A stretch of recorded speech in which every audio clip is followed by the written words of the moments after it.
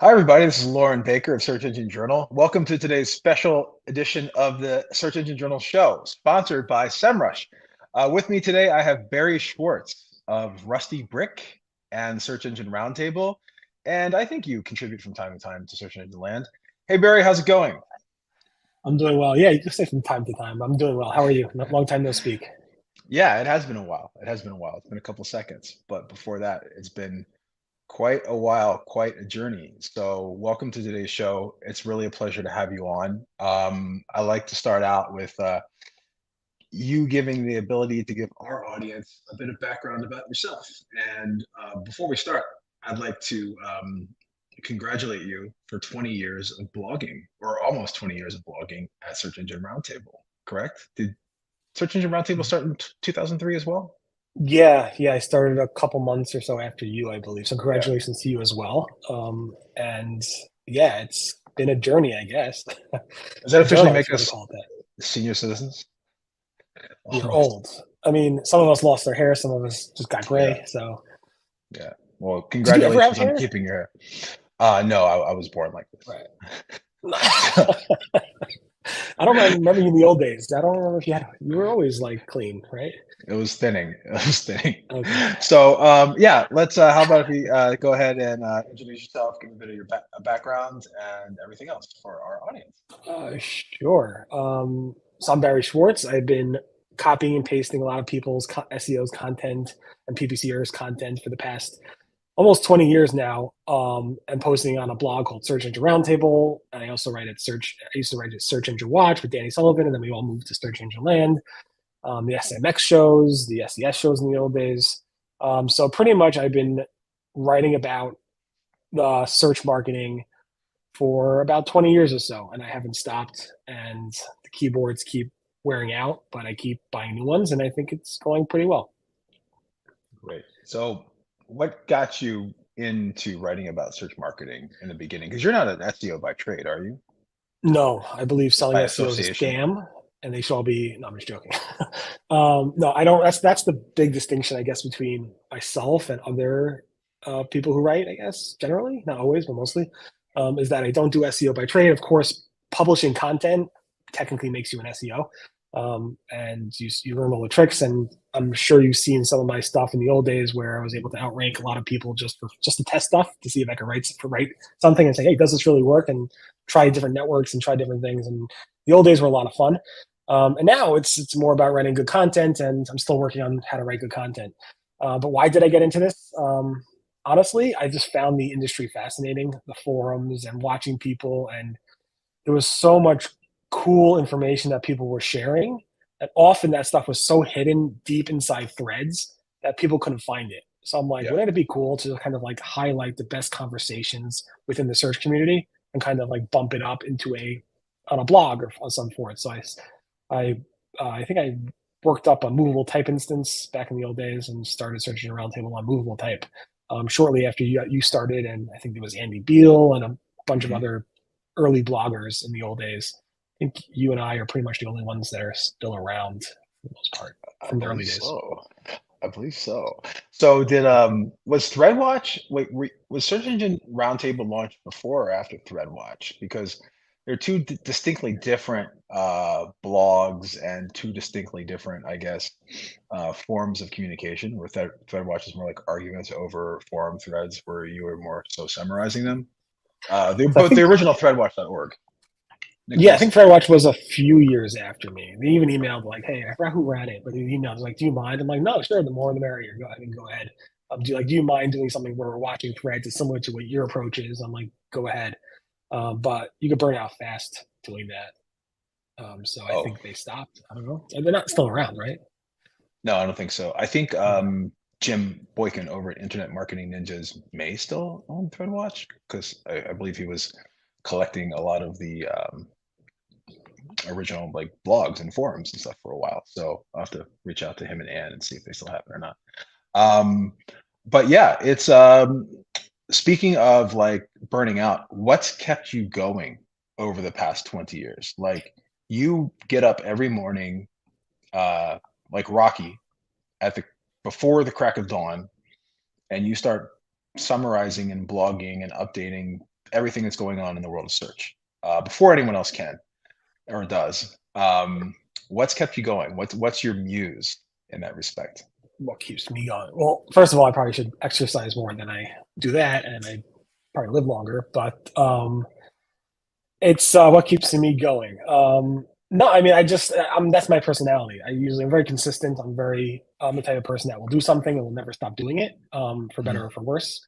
And it's just the way I am. I like to have a nice routine where I do certain things in a certain order, and I'm passionate about tracking what's changing. So honestly, if you let things go more than 24 hours, it just gets really, really bad and it piles up and you get well behind. So I like to stay on top of it. And honestly, helping the community in my little way just makes it all worth it. It's not like I'm making a fortune writing about, how Google works or, covering different things. It's more about how can I help the community? And I think it drives more people helping the community as well. So as long as Mm. you're able to highlight certain things, like it helps people share more. And I think sharing is great. And I like to kind of amplify what's being shared on the internet. Sharing is caring. You also still Yeah, have comments on Search Engine Roundtable as well. You it's don't see part of me being comments on stubborn. blogs. Yeah, you don't see comments on blogs. I mean, very often anymore. When you do a post, say, what's your average amount of posts that you publish per day? Would you say? Between Search Engine Roundtable and Search Engine Land, probably Mhm. on average somewhere in the 10 realm, 10 posts per Wow, day, 10 posts a day. even So let's say eight. on Search Engine Roundtable, it's like maybe like 4 or 5, right?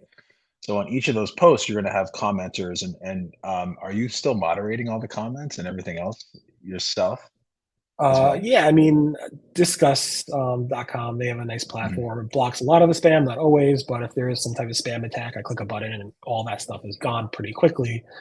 It's more about removing stuff that might be hateful or insulting to Mhm. people. Like, I'm like, keep it on topic or not. I don't care. I mean, say whatever you want, but just don't insult people. You can insult me. I say, go ahead and make fun of me all you want, but don't insult somebody else in the community. So that's the hard stuff. I sometimes miss those things. I tried to read all the comments, but and most of the comments are great. I mean, they just like talk about whatever. And but in terms of like trying to remove the hateful stuff, outside of the pure spam is easy to spot because any Yeah. SEO could spot that by just like with like half an eye. But in terms of like the hateful stuff, you want to make sure to catch that before maybe somebody else sees it and gets upset and gets insulted. Because really, you want to amplify. Again, it's all about promoting the community, making everybody feel great. And sometimes people in the comments could be very frustrated and they can go ahead and take things out on me or Googler or whoever. And it's always important to kind of protect that, I guess. How many emails do you get a day of people assuming that you work at Google to fix their site or relist their site? A lot. I mean, between Twitter and social media and Google, that's a nice number. I mean, it used to be a lot worse. I think it was actually like we used to rank well for I think Rusty Brick used to rank well for like Google's phone number, and people would like, look up Google's phone number and they actually get my number and they'll call me. Oh my And all I did was gosh. like a blog post about something about Google's phone number, and for some reason everybody was calling me. So I kind of like removed that post and and Google's algorithm got a little better as well. So things helped worked out there, but it used to be a lot worse. It used to be like several times a day, people would call like, I have this problem, hello Google, how can I fix this? And I'm like, I don't know. But now it's just people on Twitter, and it's funny. Like I think John Mueller and Gary and so forth and friends would be like, somebody would ask a question and CC John, Gary, and me, and then John and Gary would be like CC POTUS, and like just to make fun of like, why are you copying? What am I gonna? Why are you copying Barry? What is Barry gonna do? What could they do either? I mean, they can't really press a button and make any change. But there's all this misinformation that if you reach out to somebody at Google Yeah. and they agree with you, all of a sudden your rankings will improve, and that's definitely not the case. So. Exactly, exactly. So, when you started Search Engine Roundtable, you were basically talking about forum threads. Now the bulk of what you're covering is social media and things like that. How did the transition happen? And do you think there's a future? Like, what do you think about forums? Are there still any live forums that people should participate in that are SEO or search related? Anything along those lines? Yeah. So the transition changed as people transitioned from the forums to social media. And I pretty much try to cover stuff that's publicly available that Hmm. anybody else could access without a password. So a lot of stuff Right. on Facebook, it kind of negates because you need a password to see a lot of the stuff on Facebook because it's only share with friends. And if you're not a friend of whatever, like if Lauren Baker shares something on Facebook, you might not be able to see it unless you're a friend of Lauren Baker. So I don't. That's my rule. If it has to be publicly available, and Twitter is a great place where most things are publicly available unless their profiles are like limited. So usually that's not an issue on Twitter, and a lot of people are. There's a lot of good conversation on Twitter. Mastodon, a lot more. Mastodon kind of was like a few months and so forth, and you still have some Yeah. Googlers posting there. Google Plus used to be great until Google killed that. Um, but yeah, I mean that's where the conversation is. I still do every single day look at the old-fashioned forums like Brett Tapke's Webmaster World.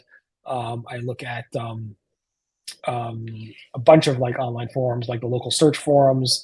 I look at some black hat forums that are publicly available Oh that are yeah. not password protected. So there's a number of forums that I look at, including some Google forums as well, like officially supported Google forums that I look at, scan to find stuff, and use different techniques to find the latest conversation of what's going on. Um, and then, of course, follow all the stuff on Twitter across all channels, including different Googlers and also obviously any popular people, as well as just general searches on Twitter to find stuff. Very cool. Very cool. And we were talking about this a little bit earlier too. So like as the sources of, I guess, the news that you're covering in the search world have changed over time.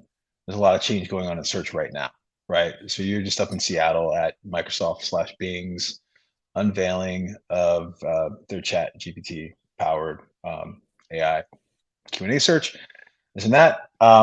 Everyone's talking about it. I know during holiday break, suddenly I had everyone and anyone emailing me and pinging me asking about Chat GPT, from clients to family members. This I don't remember a time in the world of search where, or a recent time, maybe the past 12, 13 years, where things were so exciting. Probably not, other than like Ask, when they started to launch, S3V. just, yeah, things like that, right? So Yeah, um, universal search. Google's yeah, universal universal search. search, yeah, Yeah, exactly, like, yeah, that that's was that's probably it, because the yeah. yeah, that's definitely the last time we saw something as big as this. I think I Mhm. agree. It's exciting times. Yeah, I mean the growth of this, and it's very fun watching how this has changed. I kind of think back to like Danny Sullivan days when he was writing, and I'm like, he would, and obviously he's at Google and he's probably Yeah, watching this very closely and then coming up with his own thoughts and actually implementing or having a big say in how Google implements this, which is really cool. But I kind of think like maybe he would want to be back for this and writing independently about this stuff because nobody could write. I mean, you remember Danny Sullivan? He would yeah, really whip up an article, and so I kind of miss Danny Sullivan's where like, what would be his take on all this stuff that's happening now. And now it's like just us trying to come up with that, and it's an super. I think he's missing out on being able to do that as an independent journalist, but at the same time, he's probably having a very big say in how Google, implements this. I think Google's sitting back and watching all of the Microsoft Bing back and forth, both negative and positive stuff around how right. Bing's integrating GPT, like 3.5 or 4.0 or whatever you want. They're not really giving it a name outside of calling it Sydney. So I think it's going to be very exciting to see how Google launches their version. I think it's going to surprise a lot of people. I think people are going to be wowed as much. I think Google has to come out with something that's wow. It will be interesting to see how Bing adapts things. It's really fun to watch how Bing's changing things on a day-to-day basis. It But you're is. right. This is super exciting times to be covering search. And it's exciting because it's been, 2007 was universal search. So we've been waiting a while for this. Yeah, it is funny that, so Bing search results to me look like a fireworks stand. Like there's just like stuff all over the place, right? Like ads and this and that and this and that, and then implementing Chat GPT basically on the sidebar was a little bit of a surprise to me. I mean, maybe that's a great way to test it for normal users, but I was expecting it to be more of something that's front and center that people can interact with. But at the same time, I mean, my viewpoint is that like the search engines, like Microsoft knows how they're going to use ChatGPT across the entire team slash Outlook slash everything world, right? On a day to day basis. SharePoint, whatever, whenever they decide like one centralized name to call all of their offerings, utilizing AI with all that makes sense. The search is kind of different because it really changes the revenue model, because the revenue model really has not changed since GoTo.com. I mean, there's been differences, but it's basically sponsored link, sponsored link, sponsored link, organics, sponsored link. And now, of course, there's like Google Shopping and things like that that are bringing in new revenue models for Google and whatever Bing's doing on that side. But disrupting the revenue flow for a publicly traded company to pivot from something that's worked for 20 years to something Yep. that's brand new that people are looking for has to be, I mean, that has to be a massive challenge and just a worry on both sides, I would imagine. Yeah, I mean, this is definitely. I mean, it's interesting to see how the Bing AI feature just not outside of the search results with the chat bot on the right side, but when you go into the chat feature, just chat, it's interesting to see how the ads come in there. Like you have to mouse over a link, and then has an ad maybe potentially above the other link. It's super interesting to see how that works. And then sometimes Bing will show search results in the chat feature. It will embed them, and then some of those search results have ads. So I think they're trying to figure out ways to, one, keep the current advertisers saying, yeah, we're going to go show ads in our Right. Bing chat feature using the same model, and you don't have to do anything. So just keep spending and everything will be great. Just keep giving us your money. And I think Google's sitting back and be like, yeah, I think we have to figure out ways that maybe this might change, because people are probably, I mean, the whole feature snippet thing people got really upset with when Google launched that. I think people, and now people want those feature snippets, which is funny to me because people were like, I Mhm. don't want feature snippets. You're taking my traffic away. And now everybody's like, if I don't have a feature snippet, what happened to it? I want to get it back. I think this is a lot more extreme than a feature snippet because there's paragraphs of content. The links are embedded at the footer or on a mouse over. And I Mhm. think by the time somebody finishes reading that paragraph or two or three, they're pretty much done. They don't want to have to click more unless you're a Yeah. person like you or me, where they actually dig into the research. But most of the world, right, these days are they want to see a 5-second TikTok or YouTube short, and they don't have the patience to go ahead and read something. And I think that might be scaring not just advertisers, SEOs, and marketers, but obviously Google and Microsoft search ad revenue models and seeing how they can actually get people to click on those things. Um, should be interesting. That's all I gotta say. It's fascinating to watch. Yeah. So if people don't click, then what's the KPI behind SEO? What's the KPI behind search? Impressions. Yeah, exactly. I mean, they have the same they have the same model. People aren't, if there's no cost per click, are they going to go back to display ads? I mean, how are they going to encourage people to click on ads? Hmm.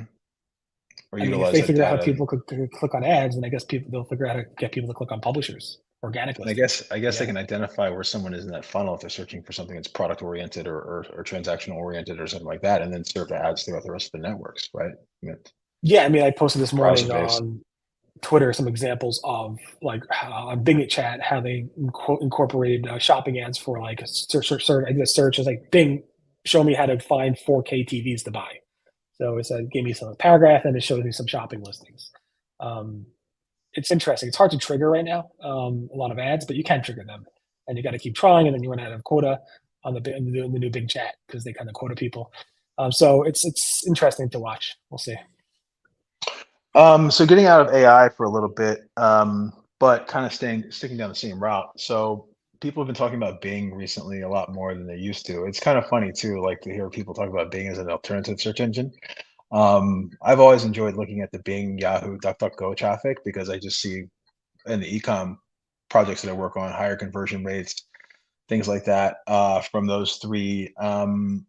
Do you feel that we're at a time in the industry right now where there's a chance to kind of go back to go back to the glorious 90s, the late 90s, where there were multiple search engines, where there were search engines like you had your choice of Lycos or Exciter or AltaVista or Google or Yahoo or whatever it may be. And then Yahoo in general, like the team that Yahoo's putting together now to kind of, or under this new ownership group, to kind of revitalize that brand. Do you think there's a chance now for someone to finally break through? Like we've seen DuckDuckGo to an extent, but um, I always just think of DuckDuckGo as just like another way to look at Bing, to access Bing's index, right? So we see, what they're doing over at Neva.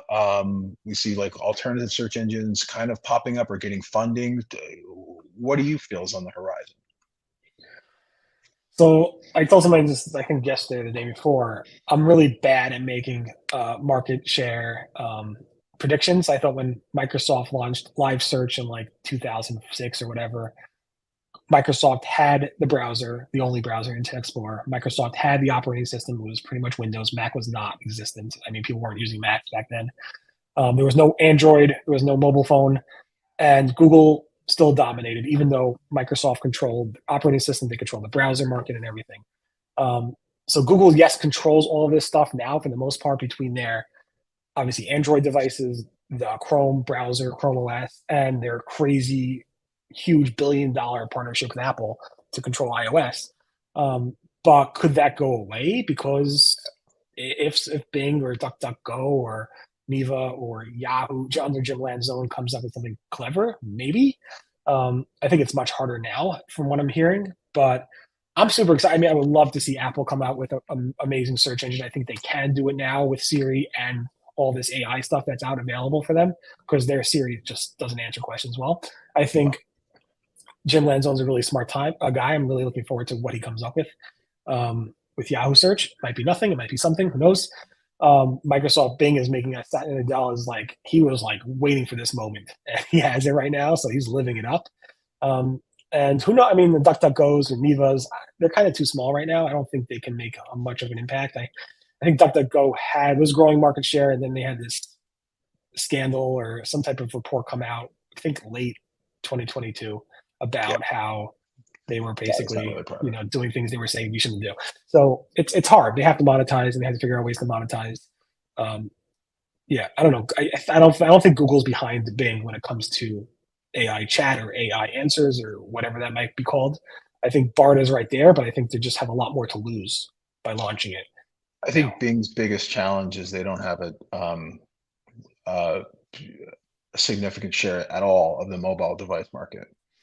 I don't see anyone walking around with a Surface in their hands, right? Like in the office, there's desktops and PCs and everything else. Whereas like in the mobile device market, split between Apple and Google to the point where like, and I always bring this up for some reason. Well, Safari is a dominant mobile browser in the US, not Chrome, right? So to your point, Apple serves Google search results, but Siri Suggest has been around for quite a long time.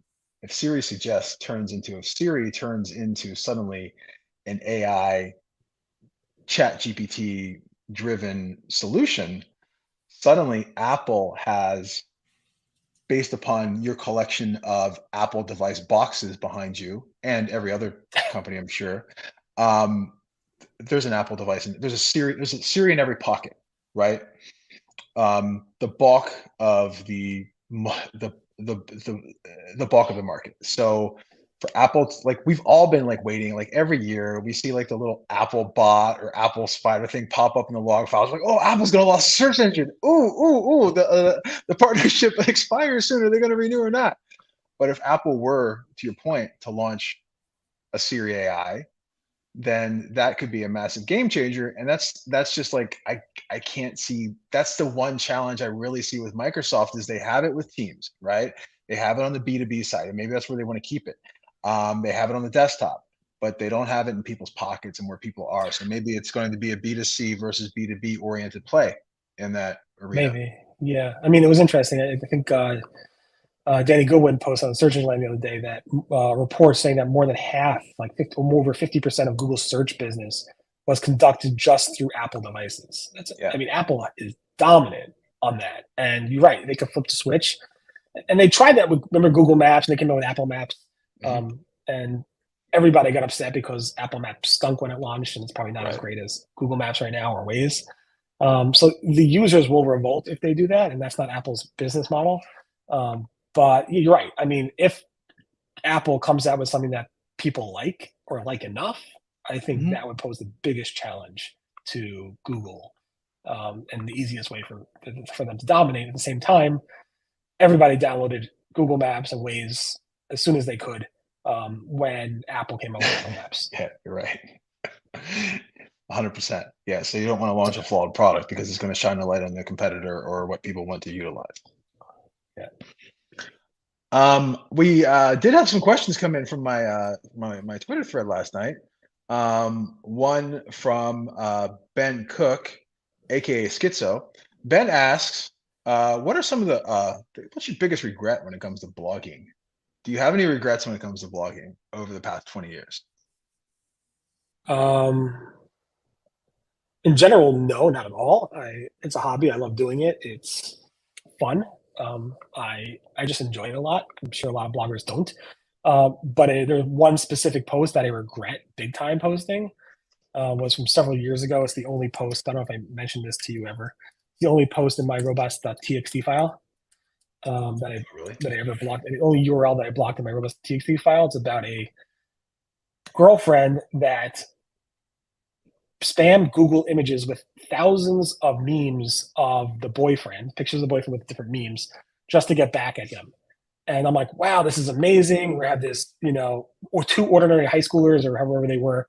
And this girl from high school figured out how to go ahead and spam Google to get back at her boyfriend. What a great, funny way that I could go ahead and bring this story to SEOs, because only SEOs would care about this. Yeah. And it turned out that this was covered on like TMZ and Yahoo and every single news publication. I'm like, who cares? This is just some weird SEO little trick. And every major publication covered it.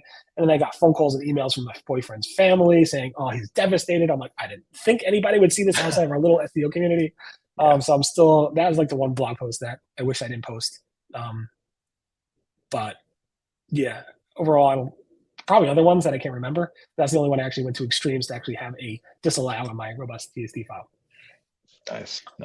I would say that mine was bringing on people to post on SEJ and not necessarily policing the things that they posted in the mid 2000s. But I can't think of a blog post. You know what? I outed someone once, and I got a lot of heat afterwards. Really early on, I outed someone in the financial space, and I outed a couple people that were like utilizing like widgets and hiding links behind them and things like that. I outed people that were utilizing basically hacking in the library sites and government sites and nursing sites and cancer sites and children's sites and getting links from those, which I didn't feel about, but I did out someone like kind of like writing about like exactly what they were doing, and I got a lot of heat for it. I was like up late one night. Policy. You should have What's stuck your with my policy on policy of that? not write anything unless somebody else writes it first publicly. That could be accepted.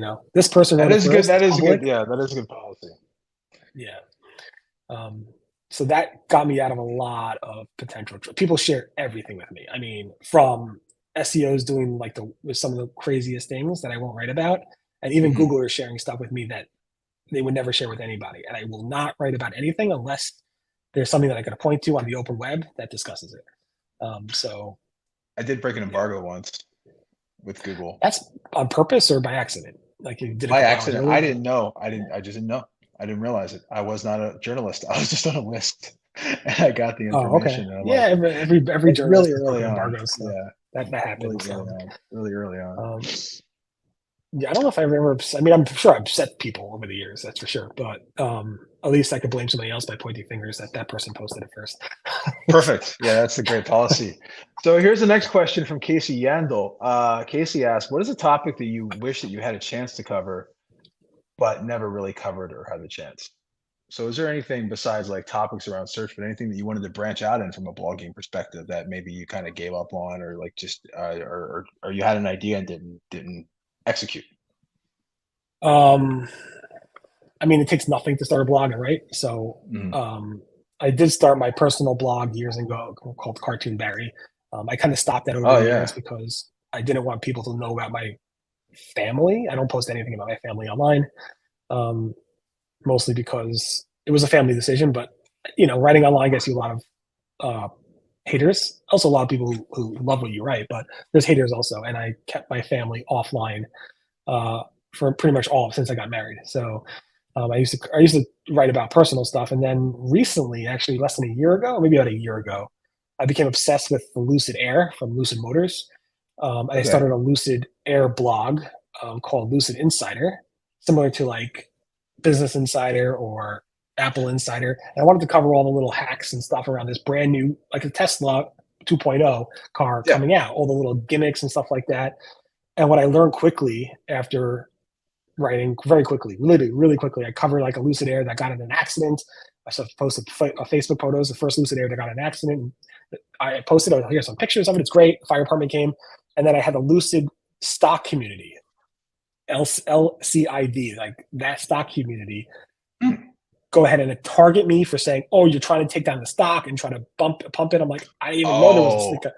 And I'm like, I'm just covering all the cool things and the geeky things and the weird things and the stuff online. And I did that for several months. And then I'm like, this is just too much. This community, this stock community is just too much.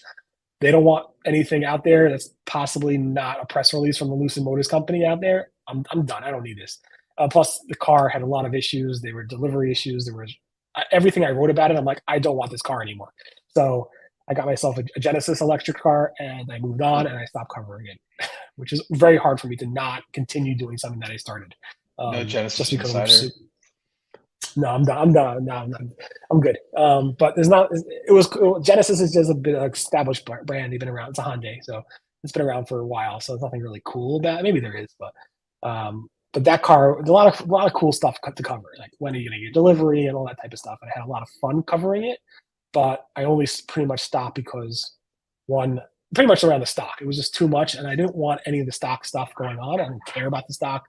I just wanted to cover all the gimmicks around the car and all the cool things and all the geeky things. And anything I wrote, even if I'm like, oh, there's no way the Lucid stock community is going to see any way to take this against me, I would literally, no matter what I wrote, it would be like, how could you write this? You should be investigated by the, Congress for writing something that brought that stock down. I'm like, okay, fine, I'm done. So that was interesting. It's still live, lucidinsider.com if you want to check it out. I was just checking it out. I'm gonna drop a link in here. Even though this is gonna be delayed. Well, everyone that's on right now, that's on video, go ahead and leave a comment if you're on Facebook, Twitter, LinkedIn, YouTube, whatever. If you have any questions for me and Barry, drop a question. I've seen come in, and if you're listening, then it's just too late. You can't. You can ask the questions, but you can't. We're not going to answer them. Drop it on Google Plus. Yeah. I do have. So I remember, and one thing I've always envied about. Yeah. One thing I've always envied about you and Search Engine Roundtable is that. Well, I really respected when Google first made their announcements about how blogs and sites need to take down sponsored links, and you kept yours up. Yeah. And what was the result of doing that, especially as an industry leader when it comes to SEO oriented news? That was interesting. That was a long story. So actually, I think I documented, if you go to seroundtable.com/links, yeah, it takes you to like the posts on it. The graphics aren't working on there. And I have a whole, I think 5 or 6 posts just on the story around that. The reason I initially didn't take it down was because I'm like, my site's been live for many, many years, well before there was a no follow attribute. I clearly label what links are sponsored. You guys have been saying well before the no follow is out that you're able to figure out that from the labels that you put next to the links. Yes. And now you're telling me to go ahead and change my links and add no follows to it with as a weird HTML attribute that I don't believe in or want to deal with. So I fought the fight for a long, long time. I wrote a blog post. How dare you tell me not to no follow my sponsor links?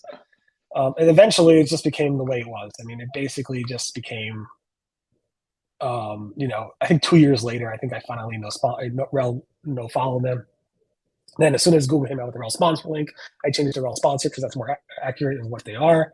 Because I do trust the links, although I don't think I have any more links on my site anymore. Because No, I don't think you do. I think Jim put off all the links on the site. Not the paid. I mean, they're all no follow or sponsored. If any Jim has any, but he bought all the advertising off the site. And thank you, Jim. And then I basically said I yield to Google. My paid links are no followed, and I mean at that point it was kind of like everybody's no following it and so forth, and it takes a second to add it. But that's me being stubborn, not wanting to change the way I do things. In fact, my old blog post everything's in the same format when I first started in 2003. It doesn't really hasn't changed much in terms of how I write blog posts. I think I spell a little bit better, a little bit, not much better. But I don't like to change too much in terms of the original premise around why I started searching Roundtable, and I was being very stubborn. And Google said it's yours, and my rankings did. I think Google didn't trust a lot of the links on my site at some point. I don't know how that worked exactly, but Yeah. I don't think my rankings just improved overnight when I added no follows. It didn't. It was, although I don't really Forgive track me them if I'm too much. wrong, but didn't your company Rusty Brick do the technology behind text link ads We at did. one time? We built You the did. the platform around it. Yes, not that Okay, cool. I had any ownership of the company or bought any links using text link ads per se. We just built the technology behind it. Which is Not that pretty it was, awesome, again, by back the then it was way. allowed also. Yeah, Back which then, is but pretty awesome technology, by the way. And like the user experience is really good compared to its competitors out there. I'm not sure what you had to do on the front end UX side, but I think everything Patrick Gavin put out had a really good user experience, which was a huge differentiator. Um, yeah, the sites, the he's a blogs, smart guy. larger fonts, things like that. Like pretty much everything they ever did was enjoyable to use, if that makes sense. Yeah, Patrick is very vision. He's a big vision. He knows how to make things useful and easy. And between his team and us, we were able to come up with something that was automated and a real marketplace to have automated ways of buying and selling links through that network. And it was so streamlined. It wasn't overnight. It literally there was Mhm. multiple phases of the project. Um, and I remember bringing him and Matt Cutts together for dinner once. And I think both of them, I think Matt was super nervous, and I think Patrick was super nervous about meeting each other. But it worked out well. Nobody threw any chairs or plates at each other, and it was No pretty one flipped the pretty calm. table. No one flipped No, the table because they weren't from New York or New Jersey. That's why. yeah, So, well, Matt's from Virginia, isn't he? Or no, maybe he just went to did his internship there. So awesome. So sponsored links, and I'm sorry, did you get dinged by Google for that? I think so. I think I mean they told me I think my links would be not just trusted as much. I think maybe some of my rankings were withheld, but it wasn't so noticeable A little at bit of a all. trust rank issue. I think again, I don't really. I mean, you know how these sites, especially news sites, fluctuate. It's really hard to tell. And you could break a story, and things could really hit on Google News or Google Search, and you never know. So it's really hard to tell. I'm sure you track your analytics a lot better than I do, but I just look at the real time analytics to see, oh, a story I wrote is doing well or it's not doing well. And that's pretty much all I look at. And then every year I look to see if I did better or worse.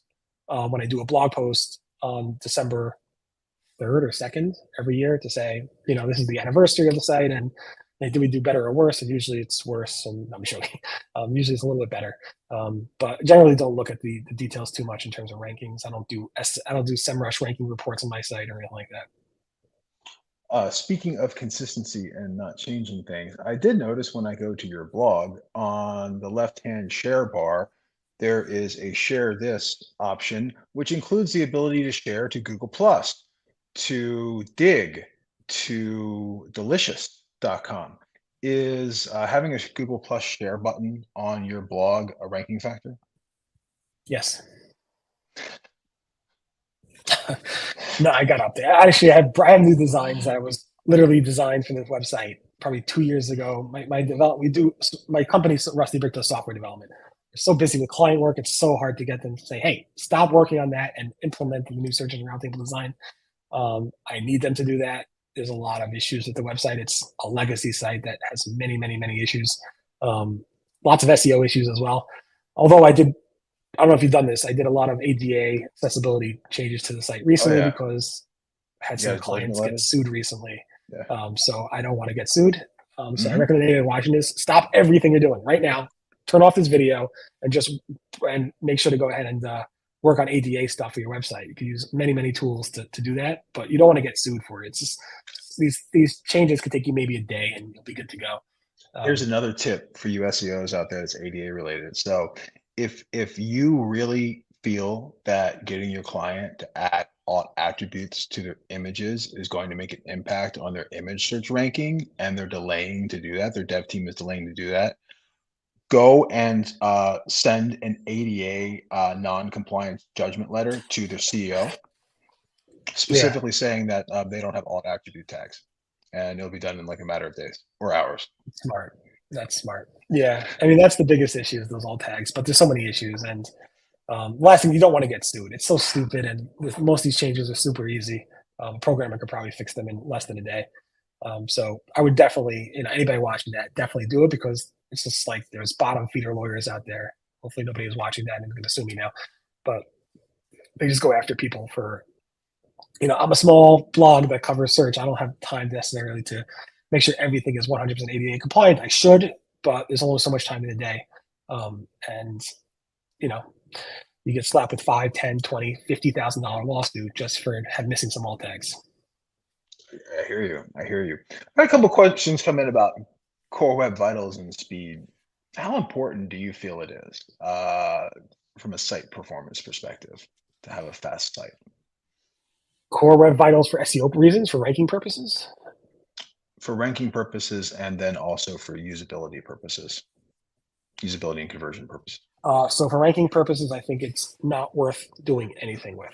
For Mhm. usability, I think that you can lump that together with ADA stuff and usability stuff. And yeah, if you could go ahead and tweak out an additional point on your conversion rate, it could be worth, depending on like hundreds of, it could be worth a lot of money for websites. You got to figure out, is that change going to, is improving the speed by 0.001 seconds going to make a difference to your conversions? If so, implement it or test it, So those things obviously matter from conversion and usability perspective, but from a ranking perspective, I think core web vitals are something that SEO companies rightfully sell their clients because Google made a big deal of it. But I think Right. really do not, and it's also easier for SEOs to measure. Google gives you the measurements for it, Yeah, it is. It's very which easy. Google doesn't give you measurements for anything else in SEO. And Google, it's a Google thing, but again, I think it's something that is easy for SEOs to measure. Say we improved your core web vitals here, here, and here by this amount, and here's your bill. But when it comes to other SEO things, it's really hard for you to say, I bought you these amount of links, or I increased your rankings for this amount of time, for this amount of period of time, and then tomorrow your rankings drop. It's very hard for SEOs to charge for other things and say, here's the deliverable. Obviously, I'm not an SEO, so I can't judge per se. But one of the reasons I don't do SEO is because I don't have 100% control over the outcome. Whereas when I do Yes. software development, you want to build this app, or you want to build this software project, or you want to build a platform to sell links like texting ads, we could build it. We could build these platforms, we build them well, and we can build them on budget and on time. But when it comes to delivering on SEO, which again generally is, I want to have position 1, 2, or 3 for these queries all the time.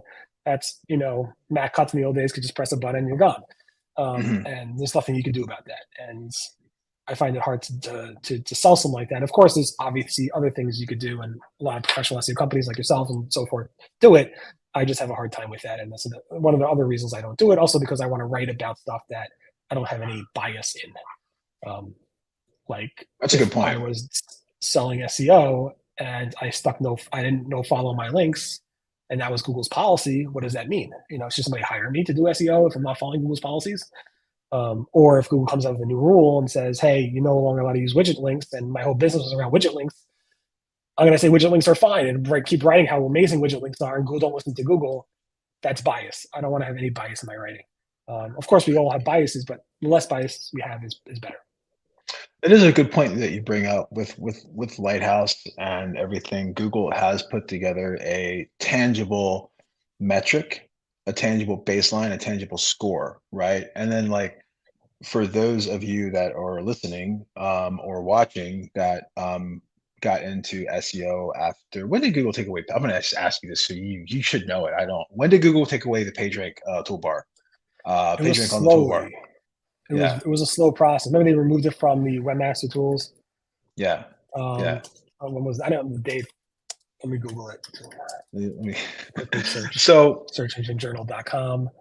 thank And you. then it was hidden. It was back like the toolbar was started to hide in 2011, but you were still Mhm. able to look it up using some old school APIs Yes. until like years and years later. Yeah. Um, So Google like used to basically have 2016, a it thing. officially went offline. I think 2016 is like you couldn't 2016. access Wow, that anything anymore. recent? Oh my gosh. So Google used to have a just basically a page scoring metric called PageRank, which was named after Larry Page, not after web pages. and it would go from, did it go to 0 to 10 or 1 to 10? Was there actually a page rank 0? Maybe there was. Yeah, because you'd If be you got a totally, penalty, yeah, yeah, yeah. yeah. And then, so that was very tangible because you would have CEOs basically coming to you, or seeing like people at companies coming to you and saying, we're only at page rank 6 and our main competitor is page rank 8 and they rank above us. What are they doing? How do we get to a page rank 8? And we'll be, well, you're page rank 6 now. We need to get more links from sites that are page rank 7, 8, 9, 10. Let's go. Here's a check. It was very, very tangible. It was very just metric and goal oriented, which core web vitals, to your point, and Lighthouse is. And the other Yeah, and you thing, remember the old days. Like if you get a link from a PR8 or PR9, you would rank you go up. incredibly well for whatever keyword you wanted for that month period, for that 30-day Google dance Yes. period. Yeah, the Google dance. And that would, the people would literally check for page rank scores, all the Google data centers, like constantly refreshing them using those tools. And you got a PR8, you were like, I'm going to monetize this right now, and I'm going to go ahead and rank for whatever I want. It was so much fun in the old days. But you're right. It was one of those metrics that you could use. Google even had it in the Google Webmaster Tools for a certain period of time. Then they removed it, which again makes sense. And now they go ahead and give us these other metrics that people obsess about, which really have no impact. PageRank had an impact. Core Web Vitals, I mean, you could disagree with me, but I don't think it has an SEO impact. I haven't seen it much, and everything that I've seen coming from Google or whatever is it's independent upon your competitive set, right? So, and it's also dependent upon, dependent upon. I mean, there's a ton of different things, but yeah, to your point, it is a number. So it's a number like a red and a yellow and a green, right? And when you're talking to executives in C-suite, that's talking to them. Like that's set up for C-suite right there. Why? Because it's just going to make it easier. It's going to make it more efficient for Google to be able to crawl the site. Basically, right. Google can save money by doing that. Right. Like that's. And I think it's great. People implement this Core Web Vital stuff and all the page experience. It's good for the user. It's good for user experience. Yeah. Increasing conversions most of the time. Do it, but don't say it's an SEO fact. Don't say it's going to go ahead and bump you up for I don't know, some crazy competitive keyword just because you have a 99 out of 100 or something like that. No. So what blew me away, I think it was the holiday season before last, was that Google Merchant Center has the ability to sync up with your shipping facility company. So like ShipStation or whatever it may be. So if you're like a Shopify site and you're synced up with Google Merchant Center, which means that's powering Google Shopping, and now Search Console is to a degree, and Schema and everything else. But Google looks at how long it takes for the product to be shipped, not just to be shipped, but for the label to be added to it and for it to start with the shipping process. Because you have a lot of these smaller companies that they'll only ship out like once a week or whatever, and Google's main competitor is Prime, Amazon Prime. So Google came out and said that the speed of shipping and getting that product in the shipping has a direct effect on the rankings within Google Shopping. That blew me away because that is so behind the scenes. That's not even front end. That's not front end, and that's not e-com. That's behind the scenes with like who's doing what in the warehouse, and if it's getting there like in the UPS trucks or whatever it may be on time. So I would say that like, if they're looking at metrics like that, like speed being a part of the whole like e-commerce and conversion rate being like e-commerce conversions and the ability for someone to actually put something into the cart, figure out how to buy it almost immediately, and then utilizing accelerated payment buttons, right, such as Google Pay or Apple Pay or whatever it may be, which that data is what replaces cookies in terms of tracking someone and their ID journey, right, across the internet. The more you utilize passwordless login, the more you utilize accelerated payments, the more you do this, the more you do that, the more data they have. I'm just wondering in the grand scheme of things, and this just kind of popped up in my head while we were discussing this, if that's really where the speed falls into play of making a difference. If they've tested and done that within Google Shopping, I wonder if that's going to be brought over to the organics or not. Yeah, I don't know. I mean, again, they said it was a boost. The main thing was you get a badge. You get a cool trusted yes, you do, yeah. badge. And then they're like, oh, so you may get a boost in rankings as well. And everybody's like, oh my God, you get a boost in rankings. And what if now, all right, you got to tell Google through a data feed what your delivery time is, your shipping cost, your return cost, and return window. And some of that stuff you could spoof and fake. How do they verify any of that? I can send a data feed to say, hey, shit, my delivery time is 5 minutes from when they order it. I mean, obviously you could fake stuff. And I remember like Alan Kent um, being asked about this, and he was basically saying, we have ways to verify this stuff, blah, blah, blah, scary Google thing. So I don't know. I don't know how much of an impact it necessarily had on the rankings outside of being able to get this trusted badge. And I don't even know if they're using it today. It was back I think that came out February 2022. They sent out an email February 22. And the whole shop, it was called the Google Shopping Experience Scorecard. Yes. Very tangible data, by the way. Yes. And it's so easy to fake as well. So I don't know how important it is. It's just like you could even fake the core web vitals, but fake the core web vitals actually requires work. You have to have a developer fake it by doing things to like trick the tools. This is just sending a different piece of data to Google in the backend and saying, here, we delivered in a day, even though we really delivered in 3 weeks, it took us a day. You could say you delivered in a day. Like send Google this number, send the customer this information. So it's just easy to fake, and I don't know how Google would. I don't know. It just seems too easy to me. Speaking of tricking and faking Google, what's something that people can do right now? Like, what do you think is the most impactful? Is there like links used to be? And I mean, links, I don't know. I always thought that links and content relevancy were hand in hand even early on. At least content relevancy of the landing page and content relevancy of the type of site you're getting link from. I could be wrong. But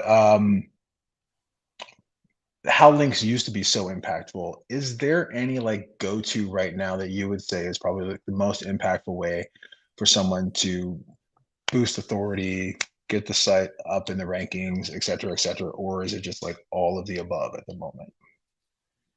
Yeah, I mean, I do think today it's more content, and it takes a while. I think the stuff can't be faked. Although when I started Lucid Insider, I was immediately getting nice traffic but it was a much niche product. So you can't tomorrow go ahead and rank number one for some type of medical term or a legal term that people want to go after in terms of that doesn't happen. Although, you can have garbage content in 2004 and great links, and you can rank number one I was outranking for fun H&R Block during tax season just with links and a horrible landing page, a one-page horrible thing, then a logo of H&R Block. Click here. I just basically had an affiliate link that took you to H&R Block. And I was literally outranking them for H&R Block during tax season, probably in 2004, 2005, just using really, really fun, cheap, easy to get links. And I didn't get paid for the affiliate stuff, just so you know. They never ended up paying me, which is fine because it was. But I was upset then, but now I don't really care. Yeah. And then I'm gonna send Ray Hoffman. Some really competitive. She's really attracted by affiliates that over money.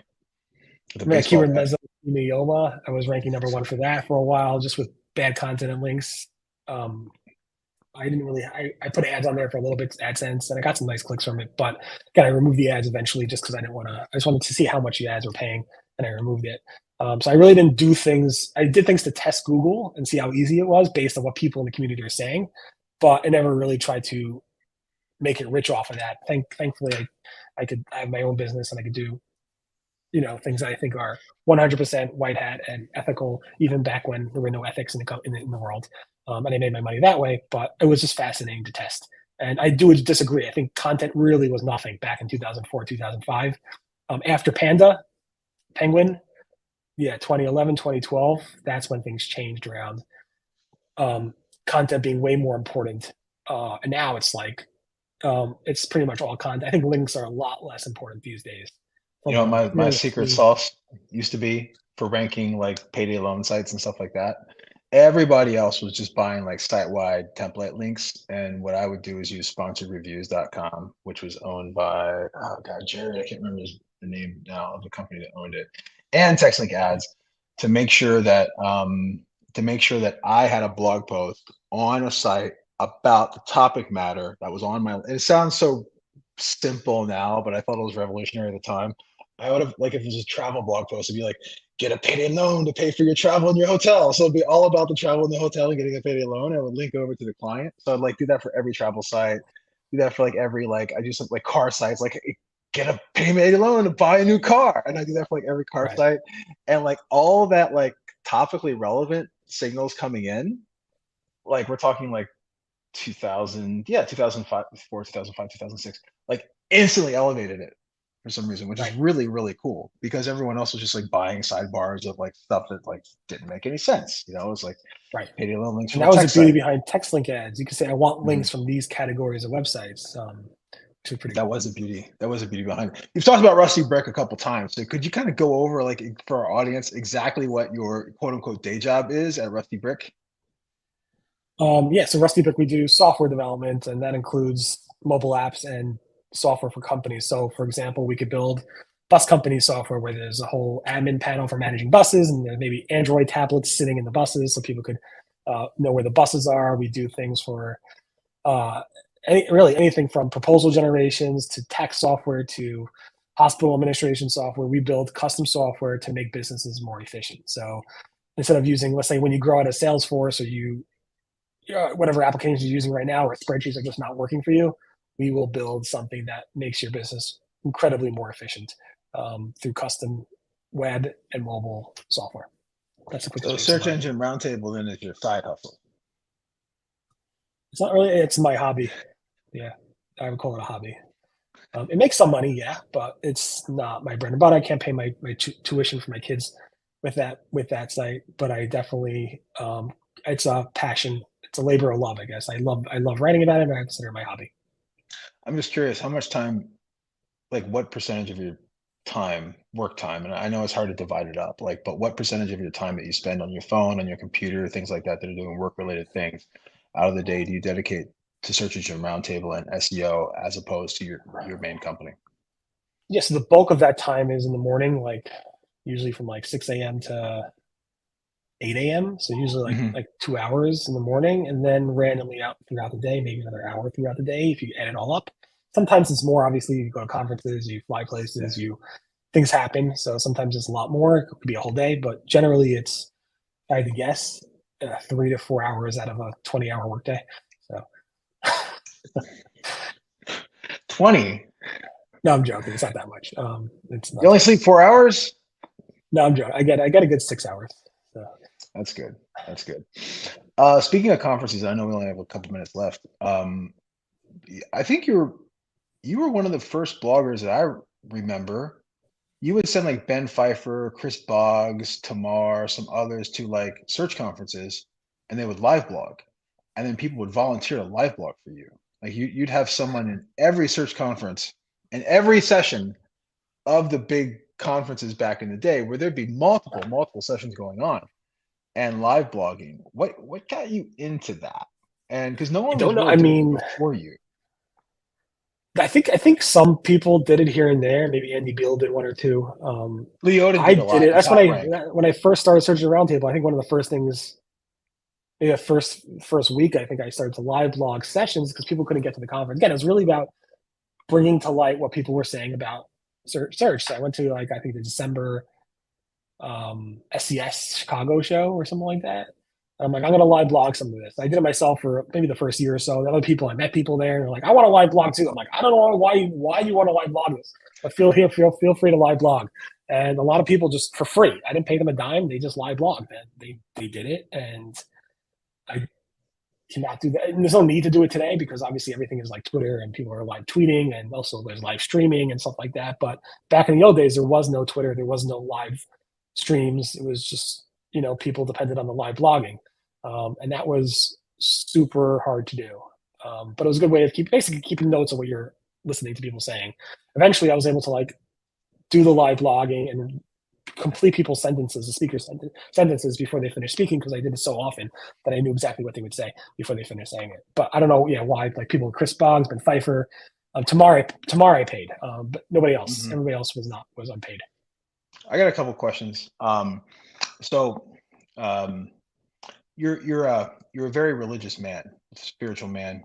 Um, you also at the same time utilizing Search Engine Roundtable and SMX had the ability to start SMX Israel. You had the ability.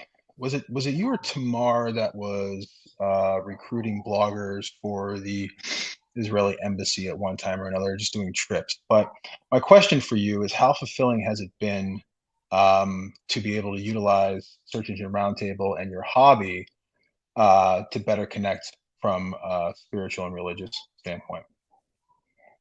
So I am religious. I'm observant. I'm an observant Jew. I'm not necessarily so spiritual. Where there's different. Like I'm not a spiritual type of guy. Yeah. That's my personality. There are definitely people who are spiritual and have more that spirituality stuff. I'm more of a follow the rules type of person. If that makes sense. But I don't know if it has any Search Engine Roundtable or any of the SMX or SEO stuff have anything to do with that. On the Rusty Brick side, we built a lot of cool Jewish oriented apps that help Jews live their daily life in a different or easier way.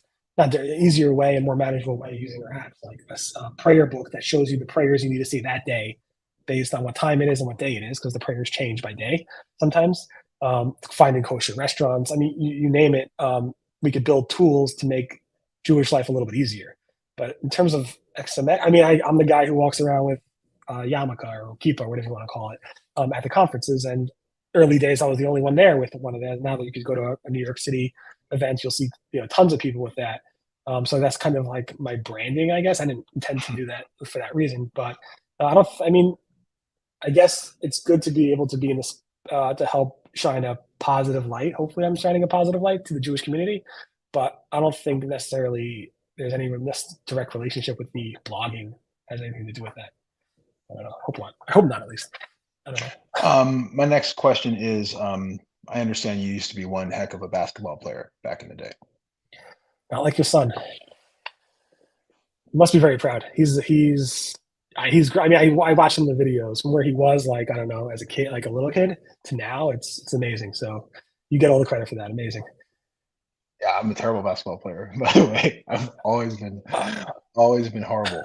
But thank you. That's nice to hear. That's nice Yeah, to I hear. mean, But he's huge and he's able to like move like that and shoot like that. It's great. So he just congratulations. hits he turns well, he's still 12 and he just hit 6'4". It's insane. I have a 12-year-old daughter and she's like It's really 5'1". weird. So I Yeah, don't know. it's really weird looking him in the eyes. So, well, How thanks, you're Barry. tall? How tall are you? I'm 6'5", so he told me he's going to That's be a six crazy. seven. He told me he's going to be a 6'7" freshman. That's what he told me. That's what his goal is. I'm like, okay, go for it. Like, however you're going to do that, however that works. Like, is your body going to grow more because you believe in yourself? Just go for it. Yeah. So Look, yeah, yeah. as we would say in the Jewish world, I hope you have much nachas for him. The next thing is, you still blogging at barryschwartz.com? Because you did have So that was Cartoon Barry. I redirected it that there, was but I don't know if Cartoon it Barry. works. Does it? I don't know. I didn't check. I think it redirects barryschwartz.org maybe, but I think it's dead. I don't know. Oh, it loaded. Yeah, I haven't written there in years, so Great. nothing there. Well, Barry, it's been a pleasure connecting with you. Where can everyone find you online? Google Plus, Orkut, Orchid. you name it. No, so I'm very active on Twitter at Rusty Brick. Not so much. I am on LinkedIn. I'm on Facebook. I'm on all the other ones, but I'm much more connectable and reachable on Twitter, or just Search Engine Roundtable or rustybrick.com. Got you. All right, Barry. Well, thanks again. Oh, what's your next conference, by the way? Are you traveling anytime soon? I'm not going to PubCon. That's next week, but I should have. Kind of sad I I'm know. missing it. I'm feeling. Yeah, I'm feeling FOMO. Like I'm really feeling it right now. You can still go. I guess I can still go, but it's kind of last minute. And then I'm going somewhere in May. I think a Blue Array conference or something. And then XMX is all still virtual, so those are fun. Last time I had HJ Kim from Google. That was a great interview. It's kind of nice doing shows from your home or your Great. office or whatever, and I not can having to literally be fly doing across. work and interviewing people and doing stuff at the same time. It's wonderful. Whereas back in the old days at XMX, they sit on the stage, and Michelle Robbins used to like give me the evil eye for like checking email while I'm on stage. So like I don't have to worry about that now. So Yeah, you don't have to like come back after working for a week and catch up on work that you missed for a week as much anymore as you used to, yeah. or whatever. So it's really nice. So thank you to SEMrush, I'm sorry, SEMrush, for making today's show possible. Did you call it SEMrush or SEMrush, Barry? before I they used to call it officially. SEMrush, and then they made that big campaign to call it SEMrush. So Yeah, because everyone called SEO Quake SEO Quake. No one called it CL Quake. So it should be SEMrush. I'm going to record. It should be SEMrush, not SEMrush, but do it's you not my call it company. So. do Although you I did pronounce? buy a couple shares of stock, so I should have a say, right? Oh, I'm not going to check my. I haven't checked my portfolio for a Don't while. check it. I don't think it's doing too Yeah. well. Do you pronounce it Ahrefs or Ahrefs? Good question. I did a sponsored video and I had to say it 500 times one way, and then had to do it again the other way because I did it wrong. So I forgot which way it is. What's the official way? I don't know. I I can't forget. remember either. Do you pronounce it Moz or Moz? Moz. Do you know?